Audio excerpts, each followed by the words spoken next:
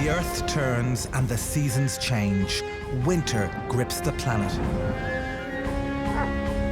Of all the elements, cold is our deadliest enemy. From ice storms to avalanches, frostbite to heart attacks, cold is a killer. Climbing. I'm Donal MacIntyre. I'm about to follow winter's relentless advance from its home in the Arctic as it brings some of the most dangerous weather on the planet. I'm about to be buried alive, frozen solid, and plunged into the lethal white heart of winter. This is wild weather.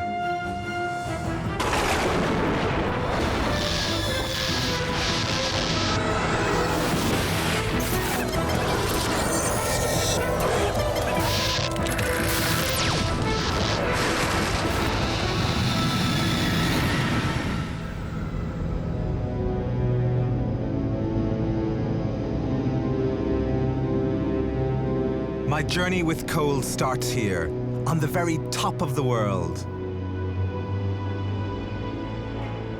The Arctic has claimed hundreds of lives as explorers battled the extreme elements to get here. But I've chosen a quicker way.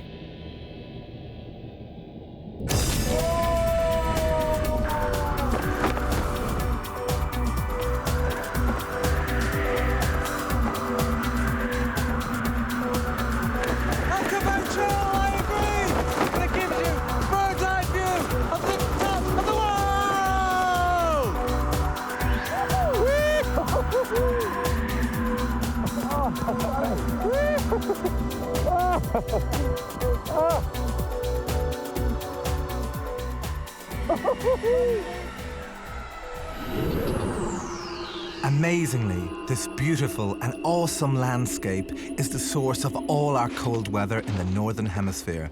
I've come here to find out how winter begins.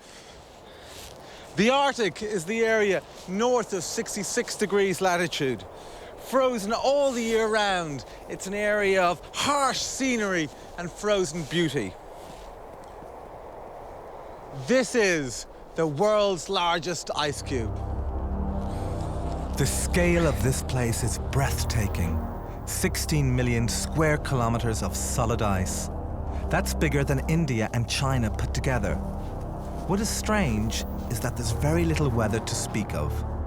I expected blizzards and blinding snowstorms. It's sunny. There's a light breeze and very little snowfall.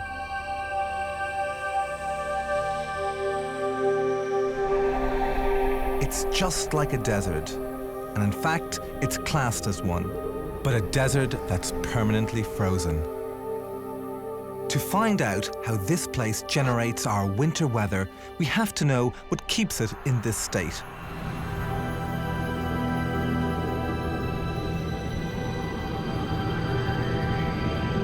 We think of Earth as a blue planet, but look at it from above and it's white. Frozen solid all year round. That's because the planet is tilted on its axis. During our winter, the Arctic is turned away from the sun. It's always night, and the temperature can plummet as low as -50. Winter shrouds the Northern Hemisphere. As the year passes, the Earth continues its orbit, and the North Pole tilts towards the sun. The seasons change, and summer returns to the north. Up here, the sun shines pretty much 24 hours a day, which is why it's called the land of the midnight sun. But even this is not enough to break cold's grip. In the Arctic, as you can see from my shadow, the angle of the sun is so shallow that its rays simply bounce off the surface, reflecting its energy rather than absorbing it. This keeps the temperature of the surrounding atmosphere constant and helps perpetuate the polar climate. Even at the height of the Arctic summer, temperatures only creep above freezing. But it's still not enough to melt the ice.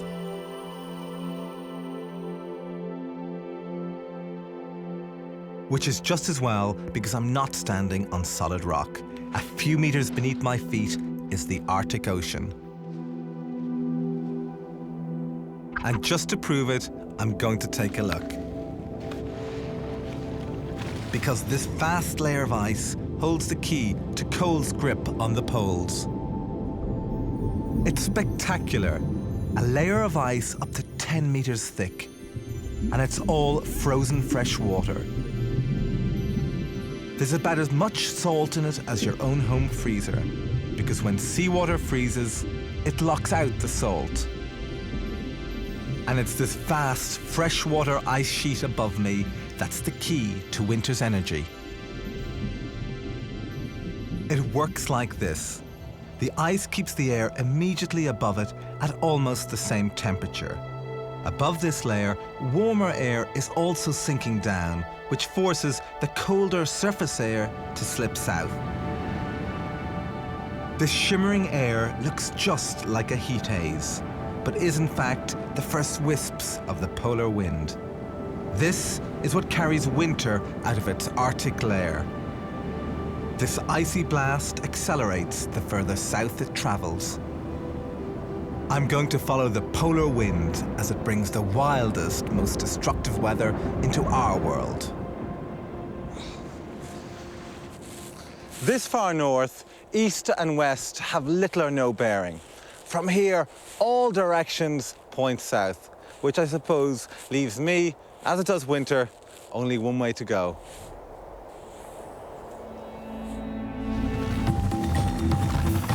Even 1,000 miles south of the North Pole, cold still grips the planet.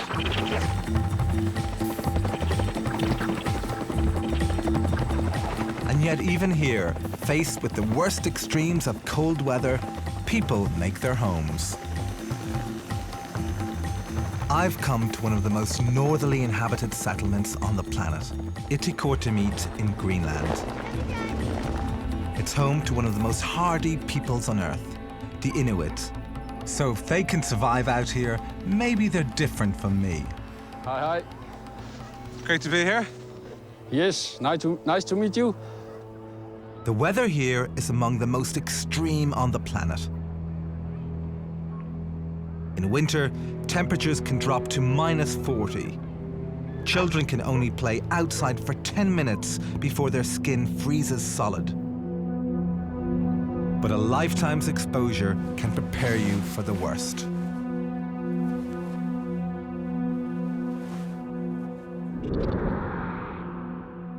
How do you survive out here? You know, I've got 3 pairs of gloves under here and mitts. My fingers are still cold. How can you keep so warm? When I was young, I also freeze and begin to hunt. I freeze very much, but I learned to use my hands even when they're very cold. It's training. So the Inuit are no different from me. We are simply not designed for cold because we evolved in the tropics. And even after thousands of years of Arctic weather, the Inuit have remarkably few physical adaptations to the cold. It's only our inventiveness, not evolution, that keeps us alive. Clothing, shelter, heating. Only a madman would challenge the Arctic cold without any kind of protection. So in order to see what it does to me, I've come here to a controlled environment to find out just what happens when the body is exposed to extreme cold.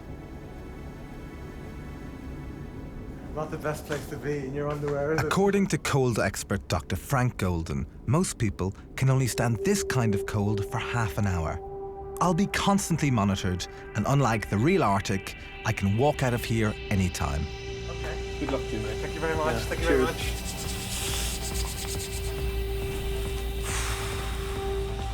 Temperature here is -18. It's bloody freezing. It's not the best place to be without any clothes on, but at least it's getting my temperature down quickly for my body to react. Our bodies keep our vital organs at a stable 37 degrees Celsius. It's called the core temperature.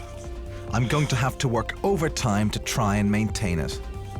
He's not long in the cold now, but you can see he's beginning to shiver a little. Well, he's shivering to try and produce more heat, to try and counter the heat being lost in the environment. Notice the way he keeps his arms and his elbows close to his side and his arms across his chest. He's trying to shut down the surface area through which heat is being lost in the surrounding environment.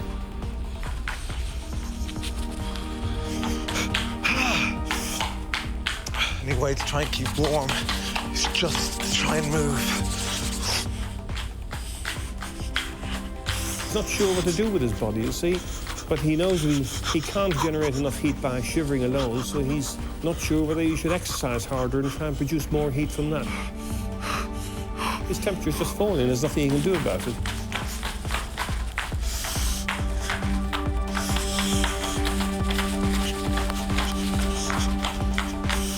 After a very short time, my body simply can't generate enough heat and my temperature is on the way down.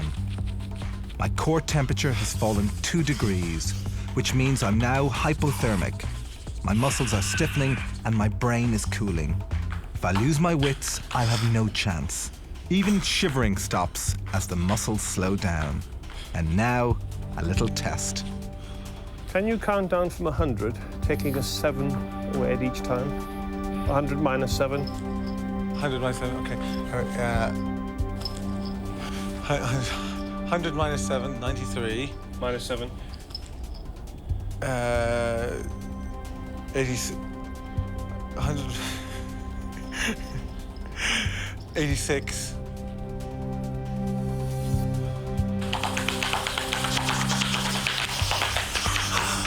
Feel like I got the flu. I got a headache.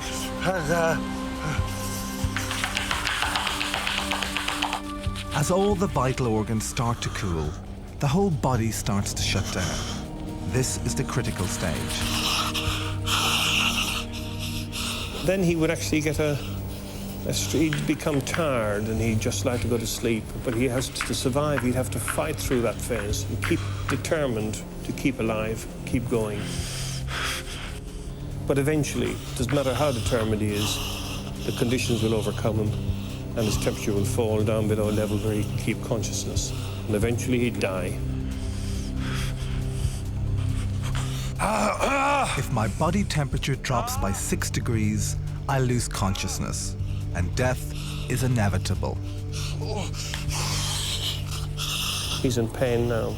Oh, God. I don't want to be here. Time has come actually to pull him out now. He's had enough. Right, come on, Donald, you've had enough, mate. How are you feeling? God, you're bitterly cold, aren't you? You're shivering a lot. Your muscles stiff. My toes feels going to fall off. Your muscles have really gone stiff. You can hardly talk. Oh, God. Come on, let's get you warmed up. Put him out, come out and check you out. In the real world, we need our brains to survive. So if I can't last 40 minutes in minus 18, how am I going to survive out here at minus 30?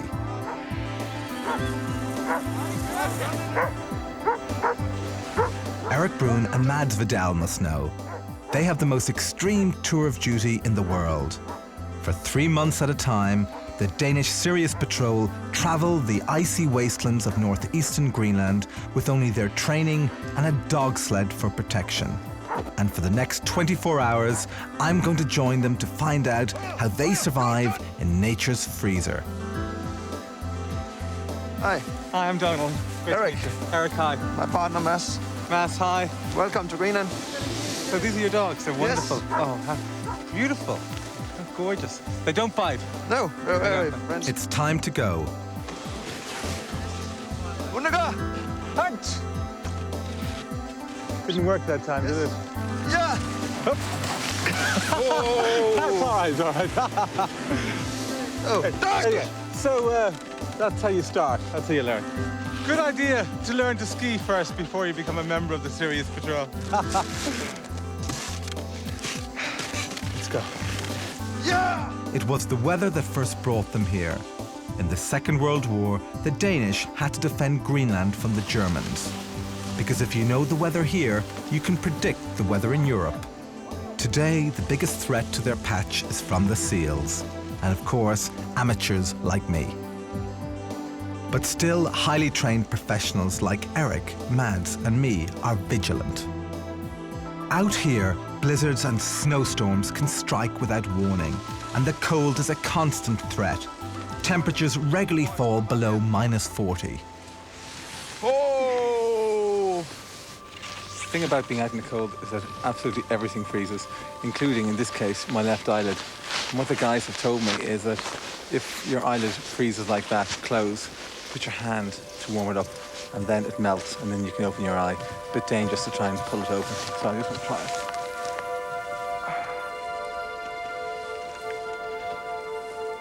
Now I can feel it melting. That's a good thing. Now, I can truly say that I feel as cold as I probably look. Now that's fine.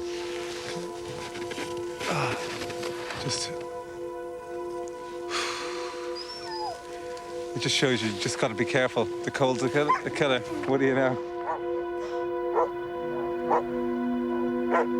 As night falls, the temperature plummets. There's only one tent, so what happens to me? I'm about to be buried alive. Digging a hole deep into the snow can offer life-saving shelter, or so I'm told. So, what do we have to do? Now we start making an engine. Yeah. And we dig in and we make as long as you are in that direction. Okay, so kind of ledge, okay. You will lay about here. So now we dig in and start. Okay. And it's just much harder. Yeah. Take it, just throw it away.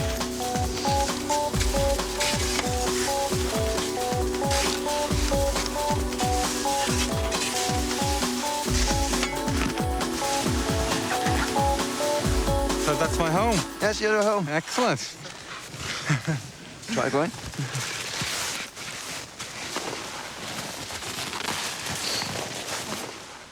I can look forward to the night alone as the temperature drops below -30. I have to say, I'm a bit apprehensive about being buried alive out here. All I'll have to help me survive is a sleeping bag and some candles. It's about 1.5 meters high, about 2.5 meters long, and about 1.5 meters wide. My entrance is in there. There's always a gap for oxygen to come through. An emergency link with the Sirius patrol if anything goes wrong, if this starts to cave in, but it shouldn't do because it's pretty well built. Hi guys, it's Donal here. Just to say no worries and see you in the morning. Over.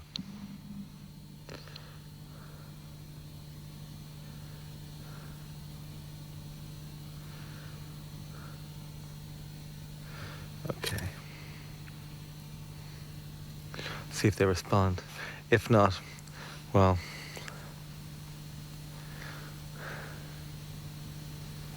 I just hope they'd be listening if something did go wrong. Okay.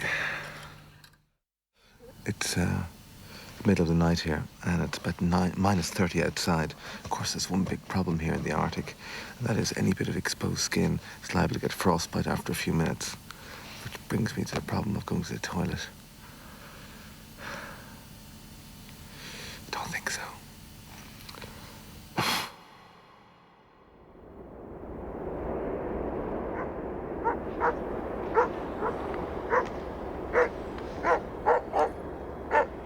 Amazingly, the temperature inside the hole stayed 25 degrees warmer than outside.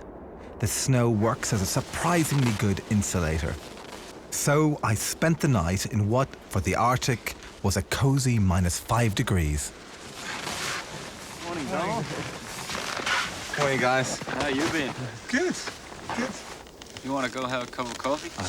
That's a great idea. The Sirius Patrol are trained to cope with the severe Arctic weather. But when it hits the places we least expect it, the consequences can be horrific. This isn't Greenland. This is New York State in early spring 1993. 4 feet from us, our tracks were gone. You couldn't even find where we just came from. They're just gone. The wind blew us down and our eyelids froze to our face. I mean, you couldn't see. You had to hold your hands up here so it wouldn't sting you.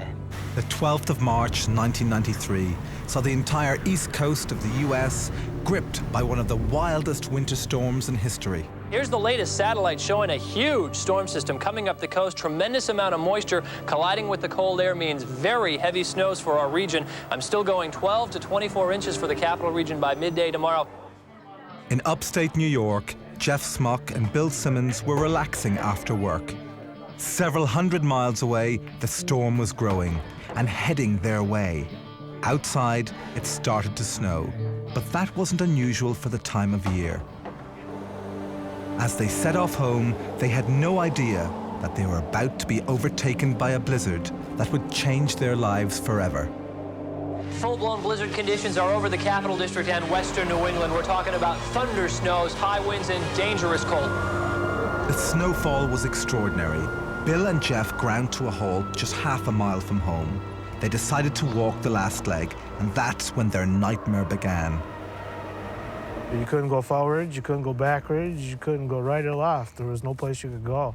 It was like plowing through 5 foot of snow, and then you get to a certain point and you're exhausted, and we'd look up and the snowbanks are up here. It's like you're in a hole. Our original thought was we'd stay at the tree for, a few minutes, an hour, whatever it took for the wind to calm down, and then start heading back home. But lo and behold, the weather just kept getting worse, worse, and worse.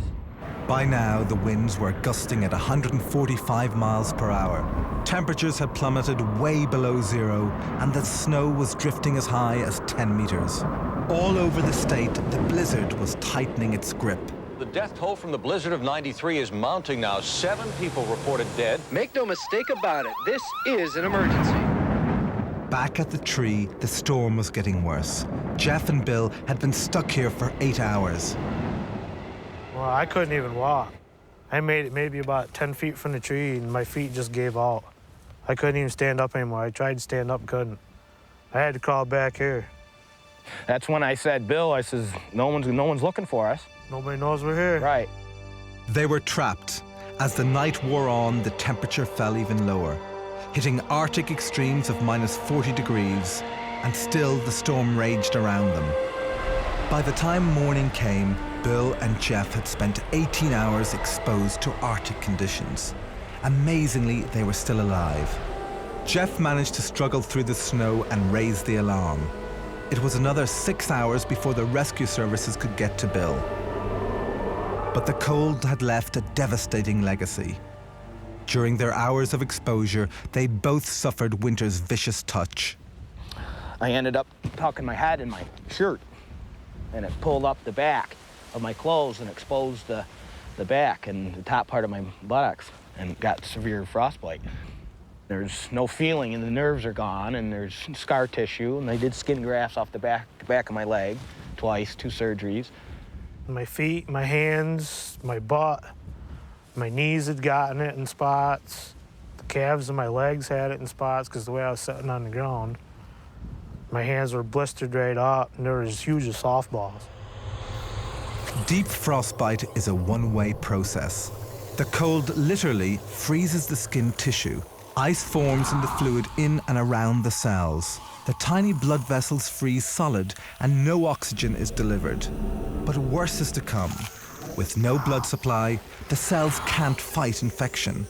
Gangrene sets in and the affected area becomes black and starts to decompose. At this stage, there's no option left but to amputate.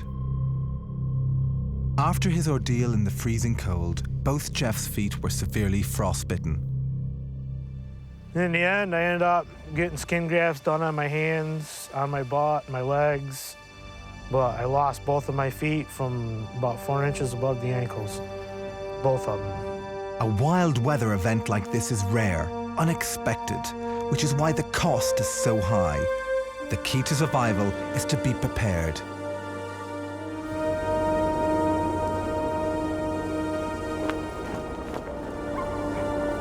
But even the professionals can get caught out. In the last 50 years, the Sirius Patrol have lost 6 men under the ice. Severe frostbite is always a problem, but they know the risks, and their love of this awesome landscape far outweighs the dangers.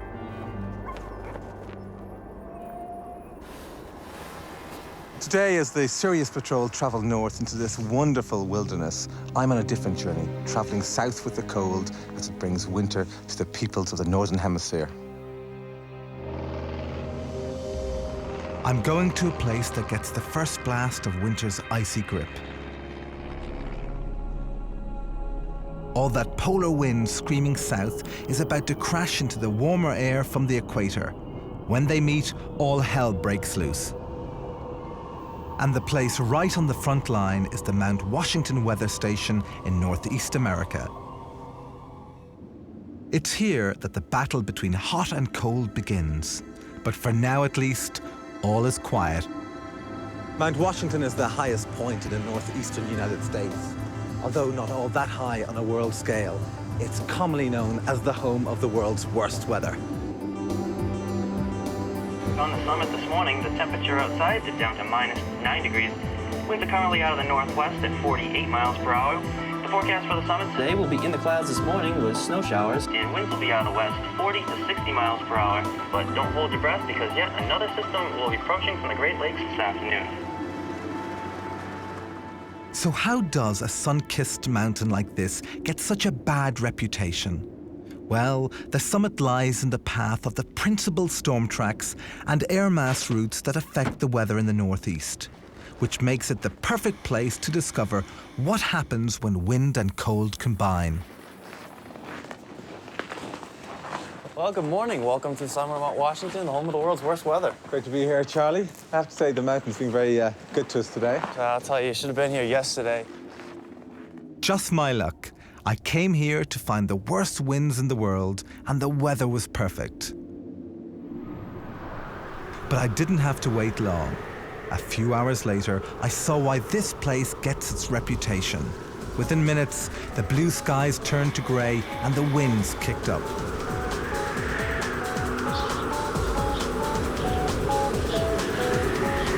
The highest wind ever recorded was here at Mount Washington, a staggering 231 miles an hour.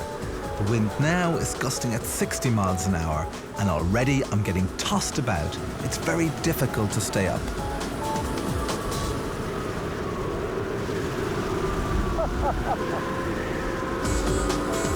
The first thing you notice when the wind gets going is that it feels much colder.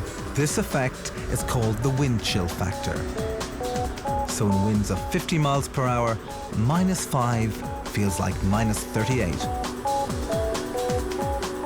Wind and cold together multiply the deadly effects of winter, which is why the Mount Washington Observatory is the best place to study the extremes of winter weather. That is, if the instruments don't ice up.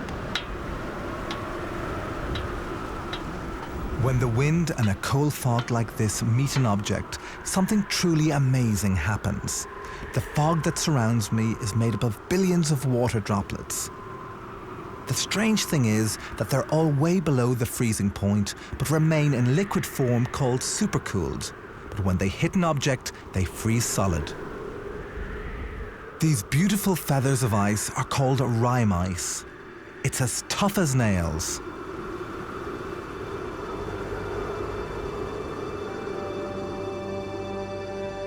This remarkable ability of water to remain a liquid way below zero is the cause of one of the most extraordinary weather events on the planet, an ice storm. And one of the worst ice storms in history hit eastern Canada with a vengeance. This was clearly the most destructive, disruptive storm in Canadian history. We have over a century and a half of weather keeping in Canada, and there was nothing to match this. Ice storms are not unusual in Canada, coating the landscape with a beautiful shroud of ice. But in January 1998, Canada was hit by a storm that was anything but usual. At first, the ice storm of '98 was just as magical. It was really more of an exhilaration. People were not too disrupted by that. School was canceled. You had businesses closed, but it was a winter wonderland. It gives you that enchanted wonderland. It looks the landscape looks so beautiful. On the evening of the 4th of January, winter was still on the attack. a bank of freezing polar air sat like a blanket over the northeast of the country. At the same time, a mass of warm, moist air from Texas moved in above the polar air, forming a wedge and trapping it beneath. Perfect conditions for an ice storm. But in the middle of the wedge, rain from the warm air above doesn't have enough time to freeze solid on its way down, so it falls as supercooled rain. What happens is that the raindrop will fall through that wedge of cold air, and the liquid rain droplet will begin to cool, but it doesn't get quite frozen. It freezes to the point that it's what we call supercooled. It actually is below freezing. It falls below the freezing point, but it's still liquid. And because the object that it hits is below freezing, it's almost shock. It makes that perfect transformation from the liquid to the solid. It spreads out and freezes into a little veneer of ice, and which is the toughest and most adhesive ice that nature can produce.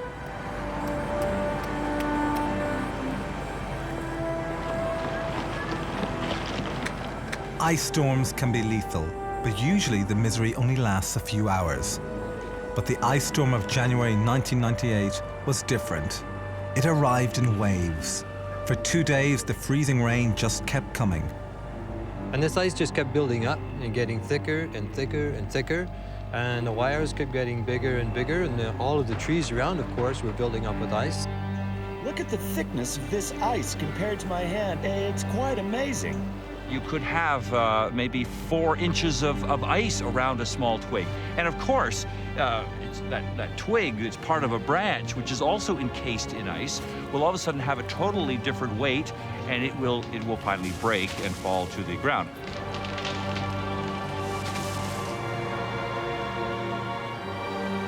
This condition kept up for hour after hour after hour, and then gradually, that's when we started to hear the trees coming down, and then the lines started coming down. Trees were falling on the lines, and the lines were falling down on their own because of the weight of the ice that was building up on there. By the evening of the 3rd day, the rain stopped, but the icy conditions continued. Then satellites monitoring the storm saw another wave hit. Thousands of square miles came to a virtual standstill. Life was almost impossible. The freezing rain won't let up. If you do not have to go out, do not, unless it is absolutely necessary. On the Friday, what we call the dark Friday or the cold Friday, that we suddenly realized that this was more than an usual ice storm. Then we lost power for more than half of the province.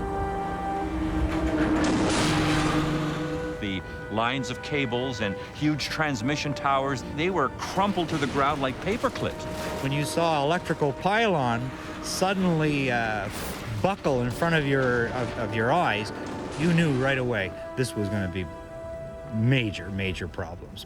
If you can imagine, as you're looking down this whole pile of poles, and you see them coming down one after another, and you see the fireballs as the electricity is being cut off as well.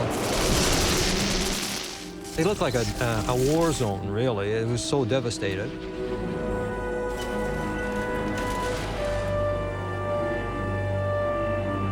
The ice struck at the very heart of modern life. Every house, factory and office in an area of 500,000 square miles was blacked out. Without power and communications, Montreal hit crisis point. A centre was set up to coordinate emergency efforts. An ice storm that's been called the worst weather crisis Eastern Canada has ever had to deal with. Without electricity, millions had no heating, fresh water or sanitation. The situation was fast getting out of control. Emergency services couldn't cope, and the government was at a loss about what to do next. We could see desperation in the eyes of some people. Temperatures plummeted to -15, -18. Even after the ice storm passed, it took 3 weeks to restore power and get the city back to normal. For 4 million people, this ice storm was the weather event of their lifetime. They never, in fact, will probably have ever endured such an event. In the end, 50,000 people were forced to leave their homes and take refuge in temporary shelters.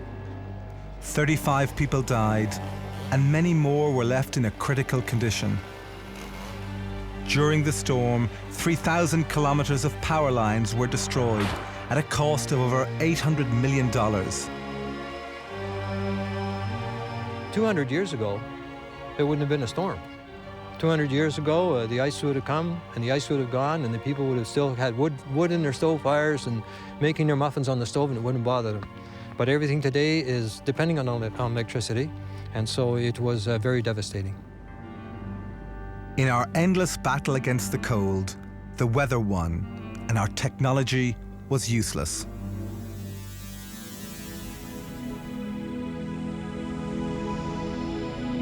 As my journey with winter continues south, cold weather becomes far less extreme, but can be even more dangerous.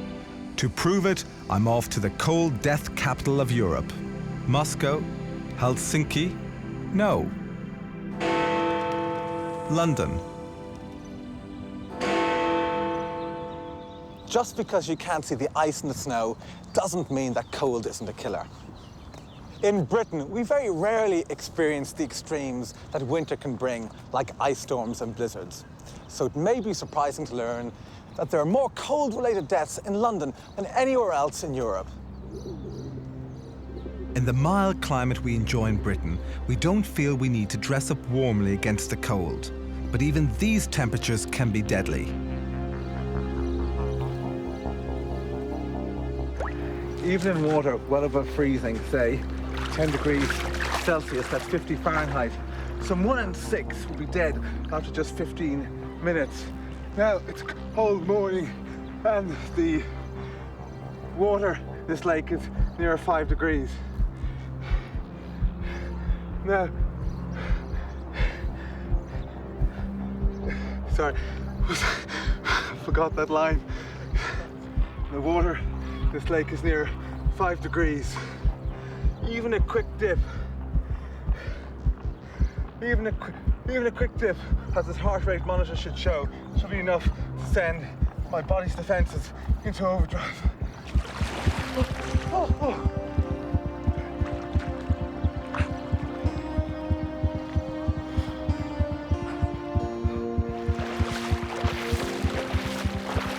My body's progress is being monitored by Dr. Rosemary Leonard. Quick, here, put the towel around you. You're shivering like crazy. How do you feel? Let's just see what's happened to your pulse and your blood pressure. The monitor showed my pulse was 50% faster than my normal heart rate. Now for my blood pressure.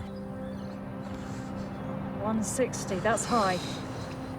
So what does that 160 over 100. What's that reading telling you? What's happening is that the blood vessels in the outer part of your skin and to some extent inside your body are narrowing down to try and conserve the heat and try and conserve the blood flow where it's really needed, around your heart and your lungs.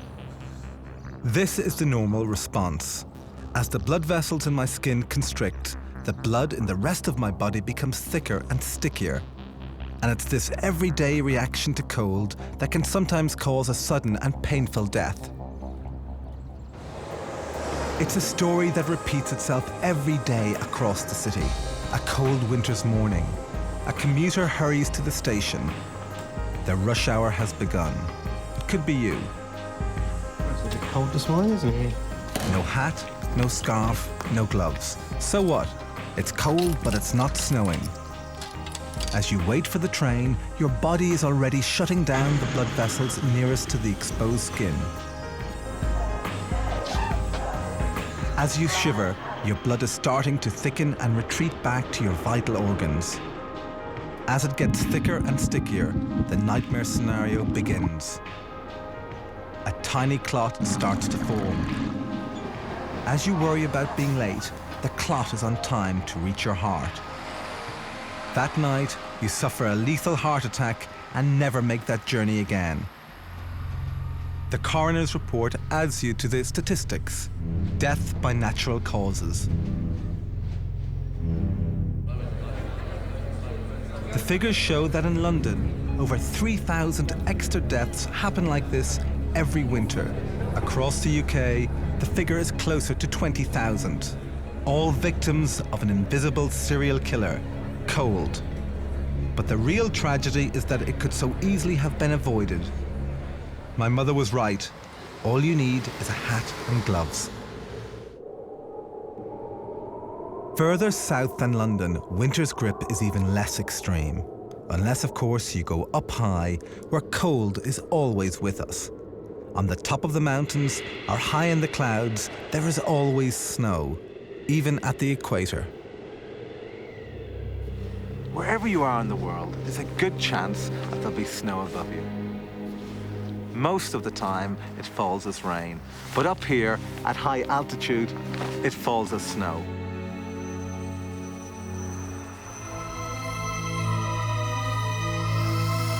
It's one of nature's miracles and winter's most distinctive hallmarks. Snowflakes start life as tiny particles in the clouds. Water droplets are attracted to their surfaces and freeze, forming ice crystals.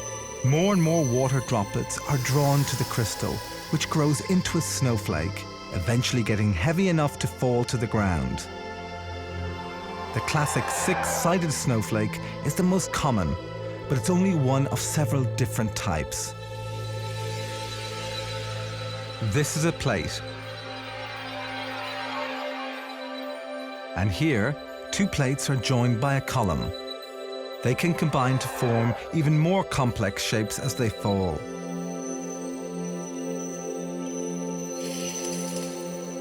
Needles, columns, and plates form the basic building blocks.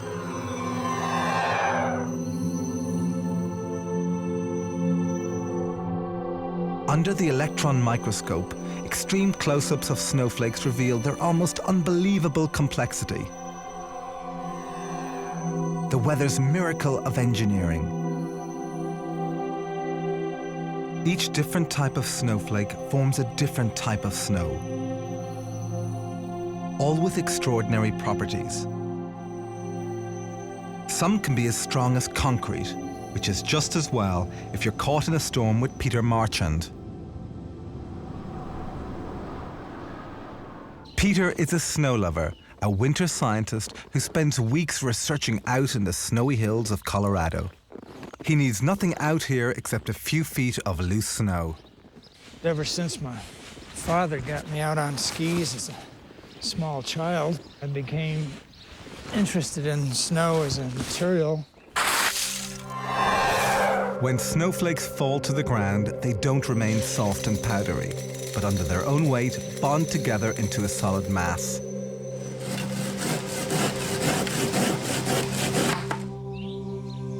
It's this bonding process that allows nature to make these wonderful snow sculptures. But it's also what allows Peter Marchand to build himself a shelter. What I'm doing now is building a snow house. It's called a quinzhee. The process is almost magical. Just piling up loose, powdery snow puts pressure on the surface of the snowflake. It melts, forming a thin layer of water which sticks the neighboring crystals together. Over time, the water freezes, bonding the snowflakes together. There. We'll give it a couple of hours to complete the process of bonding, and we'll come back and start digging it out and have ourselves a pretty nice shelter for the night. A few hours later, the pile of loose snow has turned into a solid block that Peter simply hollows out to form a sturdy shelter against the wildest winter weather. It's a very strong structure. It seems to get stronger with time and can be used over and over again. You can move on and come back to them. It's just really a beautiful material, free of charge. For as easy as they are to build, they're just as easy to walk away from. You have nothing to fold up, to put on your back or on your pack animals and carry with you.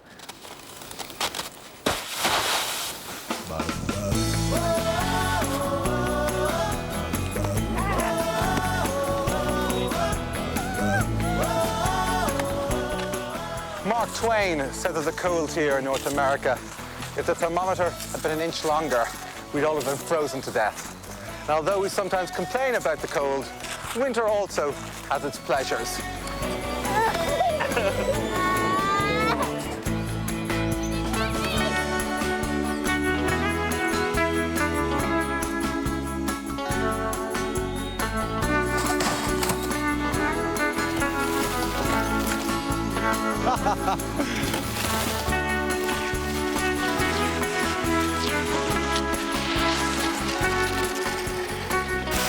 The same bonding effect that built Peter's snow shelter is the same effect that makes the perfect surface for winter sports.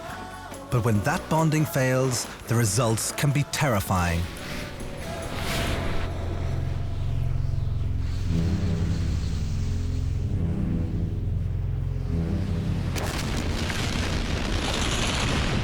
Look to the left, saw a big crack. Look to the right, saw a big crack. Oh, I'm in an avalanche. Whilst filming a TV programme, expert skier Nick Farquhar was caught in one of Cole's most powerful and frightening killers. Came up for one breath, and then got engulfed again, and then hitting the snow at the bottom, and the rest of the avalanche pounding me down like a hammer. Poof, poof, poof, poof. He was lucky to survive, but each year many hundreds don't. Snowfalls usually build up into strongly bonded layers, but sometimes one layer remains weak. Even the vibrations from a skier can cause the layer above to slide off. Within seconds, hundreds of thousands of tons of snow hurtle down the mountainside at speeds of over 100 miles per hour. With so many people visiting ski resorts each year, avalanches are a real threat. So dedicated teams of avalanchers are locked into a constant battle against the weather. Their job is to seek out potentially dangerous buildups and overhangs of snow and dynamite them.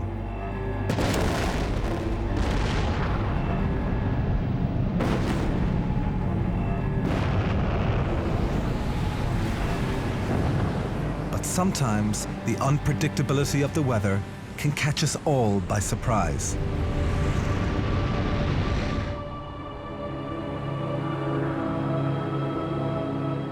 The little town of Galtour should have been safe from the threat of avalanches, but a freak combination of weather systems made it the victim of one of the deadliest in the Alps for years.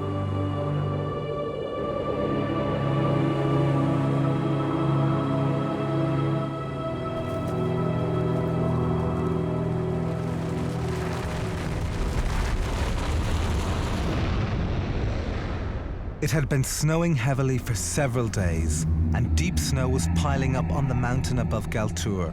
In addition, high winds changed direction and began to lift more snow on top of it. But what no one knew was that underneath this huge mass of new snow was an unstable layer. A few days of warm weather had previously melted the surface, which had turned to ice. The new snowfall couldn't bond properly to this hard, icy layer. No one knows exactly what triggered it, but in seconds, over 1/3 tons of snow tore down the mountain at a devastating 186 miles per hour.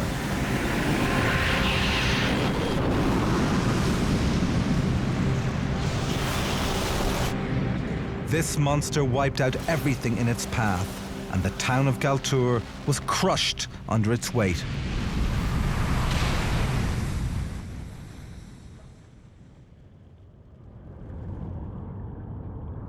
"38 people died. It was the worst disaster for 30 years.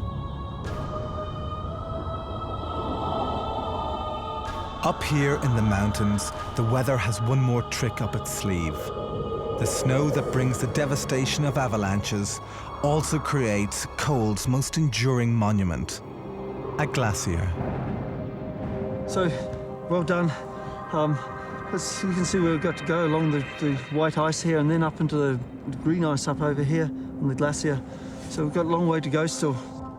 Mountain guide Russell Bryce is going to take me to the source of the Argentière, one of the most impressive glaciers in the Alps. In order to understand how it forms and what it does to the weather, we have to climb it. Down here at the base, it seemed like a good idea.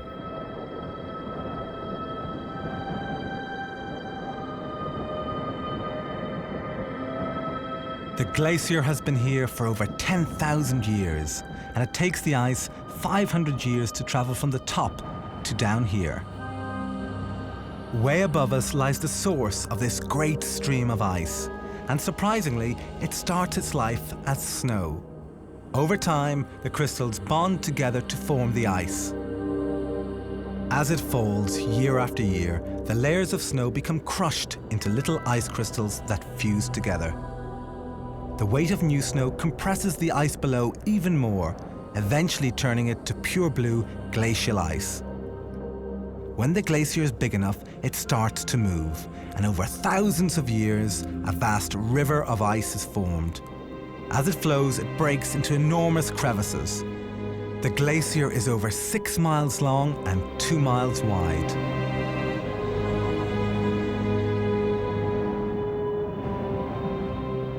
It's amazing in here. Yeah. It's going to be quite hard to get out, though. Look how hard this ice is. Extraordinary. It will shatter. You see how it's cracked all around here and border plated. How do you get a grip on that? Well, that's what we're going to have to do. So what is it that makes this extraordinary thing? What is so smooth and with all these various layers? Well, it's the sheer weight of the ice on top of itself. And if you take a handful of snow like this and you squeeze it and squeeze it and squeeze it, if you squeeze that up really, really hard, you'll make it ice. The amount of pressure that's created that. Yeah. The amount of pressure. How are we going to climb that now?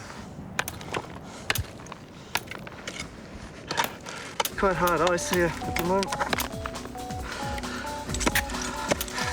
It'd be quite delicate, really, isn't it?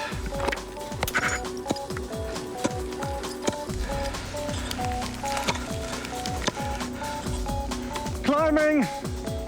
A little bit of slack. Got it. A little bit of slack. Yeah, that's good. Just seems impossible to get a grip. Keep me tight. You can get your ice axe in there. Ah! Okay? How you doing? All right. Nice. Just to the left there. Yeah. Can you just... Oh, what a relief. Yeah. Excellent. Not very graceful. It's good.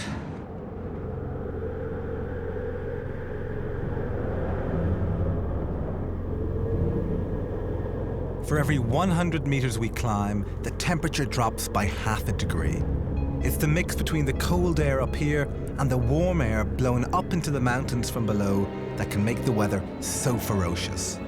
But it's also what creates the snow, which makes the glacier.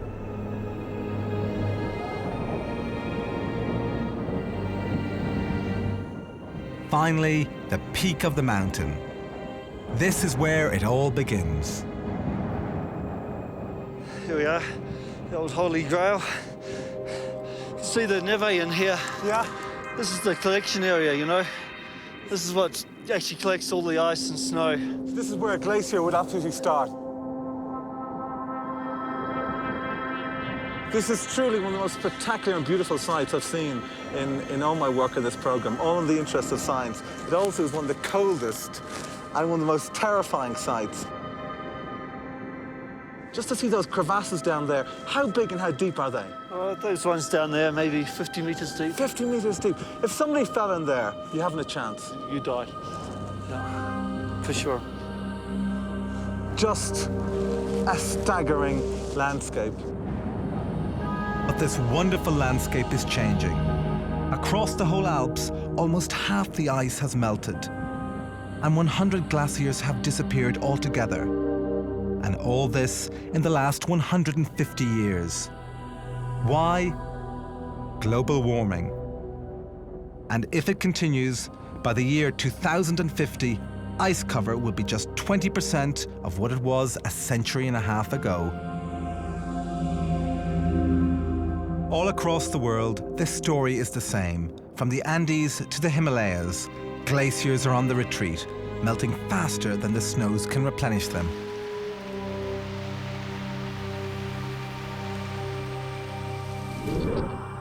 But the real problem is here at the poles. If the ice north and south, including the glaciers, all melted, the sea level would rise by 20 feet, submerging low-lying cities like London, New York, and Tokyo.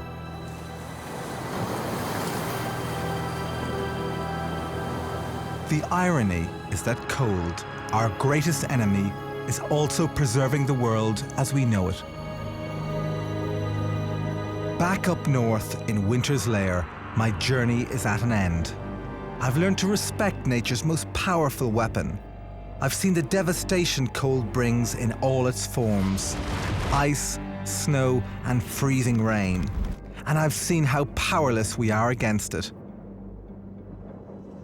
Like all weather, winter and the cold that it brings is uncontrollable and unpredictable. We must learn to live with it and prepare for the very worst it has to offer. I, for one, will never take cold for granted again.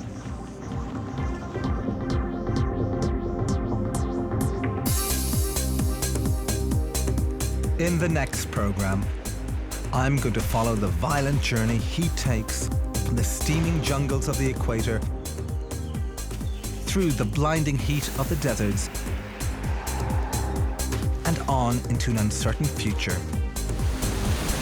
Our world is warming up, and our weather is getting wilder. I'm going to try and find out what the future holds. Oh my God.